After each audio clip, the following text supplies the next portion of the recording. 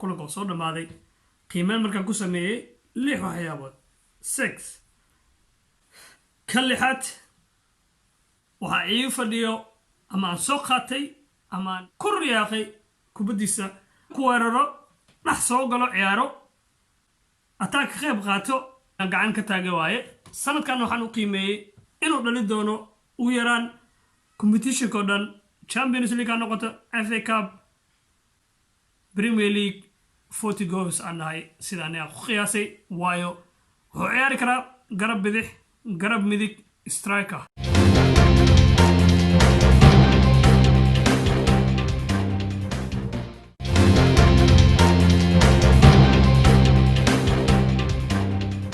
السلام عليكم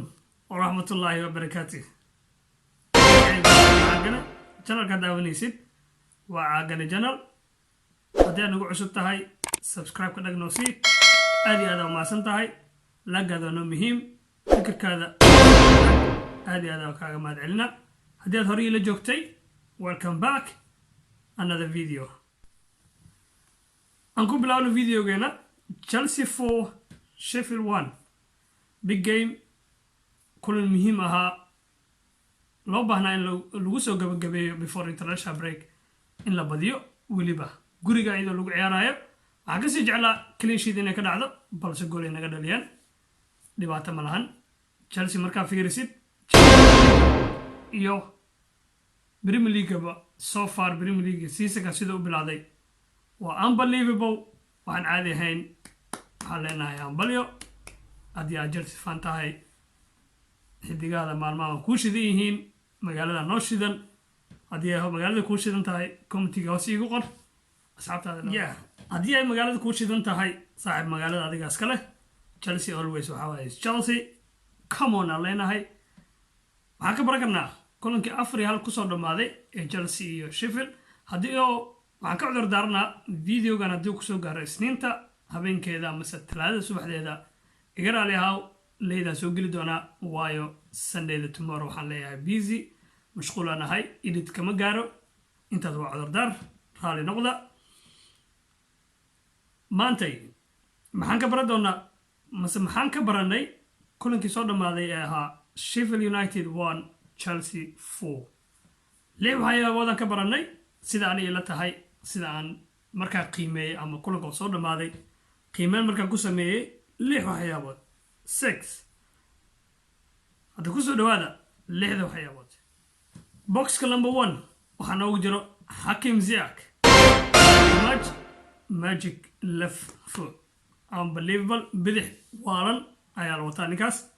gacana u taagay salaan sare midna ogaaw Hakim Ziyech wuxuu ciyaaray only gamekii Sheffield United ayuu wuxuu ciyaaray 90 daqiiqo ama full time lama bedelin kulankii baalne 80 minute kulanka kasii horeeyay Champions League wuxuu soo ciyaaray 70 minute meelahaas soo kulankii ugu horeeyay aan aragno ama aan daawano asigoo ciyaaraya 90 minute waad aragtay wuxuu sameeyay inta uu Janis abuuray crosskiisa jeclaada baniyo amazing ka kale Ben Chilwell arraa dalq Tammy Abraham Janis waa si qasaariyay Timo Werner another Janis waa iska qasaariyay balse ninka caadi maahan crosski oo loo soo dhigay Thiago Silva haddaan kusoo xasuusi Ajax vs Chelsea garoonka Chelsea lagu ciyaarayay kulankaas indhaygan ku daawanay ninkaan crosski la sameeyay iyo crosski maanta aan TV ka daawanayay waa kulankii hore ay ugu soo dhacay cross caadi ahayn Thiago Silva bam number 1 meeshaas ku dhamaatay number 2 waxaa noogu jiro Thiago Silva 36 jir oo jiraade ninka ka sheekay rabo 36 jir Thiago Silva inta garoonka oo ka qabtay shaqo ama Chelsea sida uu soo biiray inta kale oo ciyaaray difaaca way degan yihiin baaska la dhiibayo sida gameka loo akhrinayo iyo goolka Sheffield ka dhaliyay 36 jir hadda saas u boodayo taasoo saas u dhalanayo asxaab badan oo asxaabteeda ka mid ah oo taageeraan Liverpool Chelsea Arsenal taageeraan Man City taageeraan Man United taageeraan soddon jir hartaa inaa Premier League waxaa noogu qaada hano xayeysiin yaaq ninkaas naga dhaaf yaaq indhiina macalin leh indhiina ku aragteen ninkaas wax badan ayuu samayn doonaa Thiago Silva asigana cimaamadiisa haddii aad garab ku saarneed kan cimaamadu raax yes boxka saddexaad waxaa igu jiro another new signing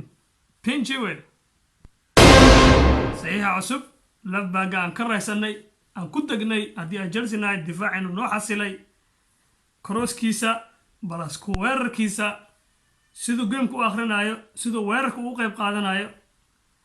an unbelievable aninkaas gacanaan ka taagay haddii aad adiga la aragtay commentiga hoose igu wadaag aan ku xasuusiya ninkaas 3 gool uu leeyahay so far waa difaac left back waay isnad weerar waa difaac Ben Chilwell come on haddii aad intaas soo daawatay hayloobin subscribe ka dhaganaag siisid laaga ayla wadaagtid share commentiga hoose igu wadaag next one waxaan ugu hadli doonaa adiga la iisoo qor international break aadina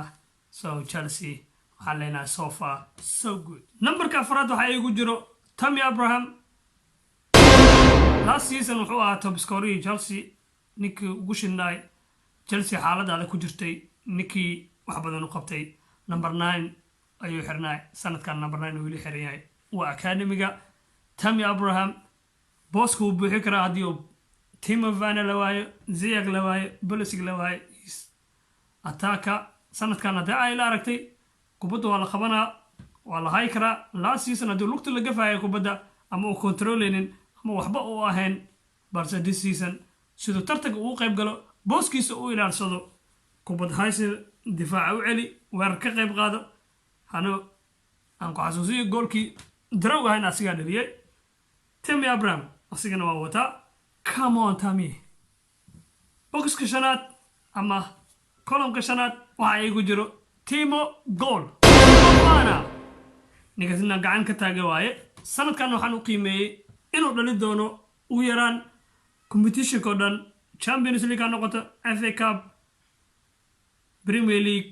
40 goals aan nahay sidaan aan ku qiyaasay waayo wuxuu ciyaari karaa garab bidix garab midig striker waa nin u diyaarsan qaybta hore oo dhan inuu ka ciyaaro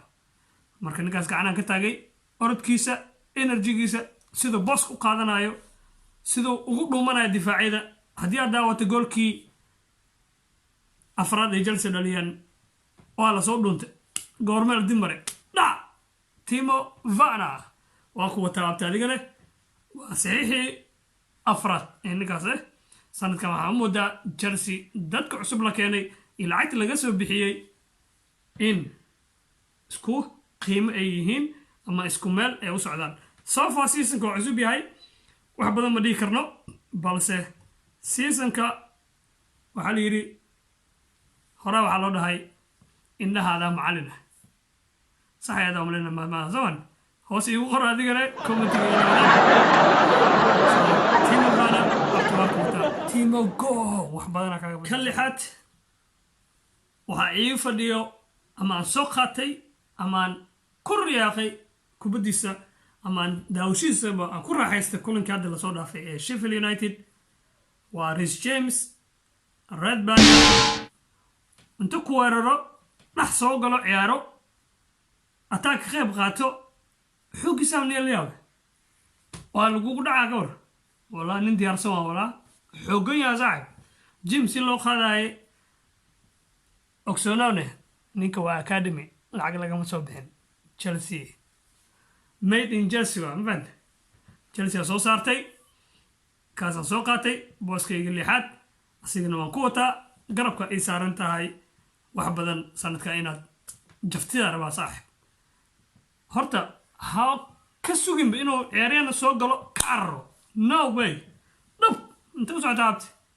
halka Reece James ay xirantaa camno kala wareeg saaxibno hada kala wareeg taqaanay come on Reece James inta soo kusoo gabagabeena videogayga haddii aad video ka soo dahay igaraal noqo waayo BC xunaan galay insha Allah update soo dhigi doona marka kulanka la ciyaarayo iyo kulanka wuxuu ku dhamaaday asigana soo faaqidi doona kulanka horne inta la ciyaarinay asigana wixii niise halkan soo gali doona هذا كان بعد علنا داوش هذا يسوي حرنت هاي موجان أصحاب تاني لا شر قريزيد لا قادوا نوم مهم كومنتي هوسي يقربكم ورحمة الله وبركاته.